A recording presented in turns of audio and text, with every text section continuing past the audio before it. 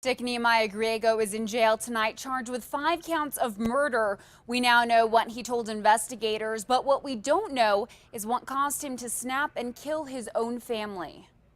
It's a disturbing story that doesn't make sense to those who knew the Griego family. You wouldn't notice anything was wrong. I mean, they seem they're very giving people and loving people. Or those who knew the father, Greg Griego, a pastor and volunteer in the community. Our hearts truly are broken. We've shed quite a few tears. It happened Friday night and early Saturday morning at their South Valley home. 15-year-old Nehemiah Griego told investigators he was, quote, annoyed with his mother and was having homicidal and suicidal thoughts. Around midnight, he pulled a .22 caliber rifle from his parents' closet, then shot his mother in the head as she slept. His 9-year-old brother was sleeping next to her. He shot him too.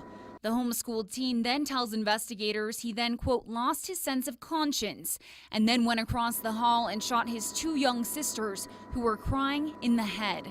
He then grabbed his dad's AR-15 assault rifle from the closet and waited for his father to come home from his shift at the Albuquerque rescue mission. Around 5 a.m., he ambushed him, opening fire on him in the living room. I've been to homicide scenes. I've never seen a scene quite like this. At some point, he told deputies he texted a picture of his dead mother to his girlfriend. The next hours could have become more tragic. Griego reloaded the guns, put them in the family minivan, and drove to the Walmart at Coors in Rio Bravo with intentions of gunning down people at random and dying in a shootout with police. But something redirected him. Later that evening, he drove to Calvary, his church on Osuna near Jefferson, leaving the guns and ammo in the van. Inside, he told a pastor his family had died in a car crash.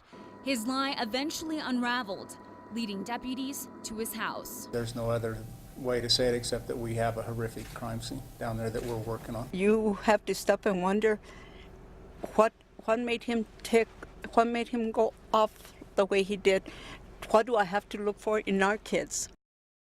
Investigators are trying to piece together what Nehemiah Griego was doing for the 16 hours between the time he murdered his dad and when deputies were first called. They also want to know what the girlfriend knew and when. Back to you. Okay, Tina, the DA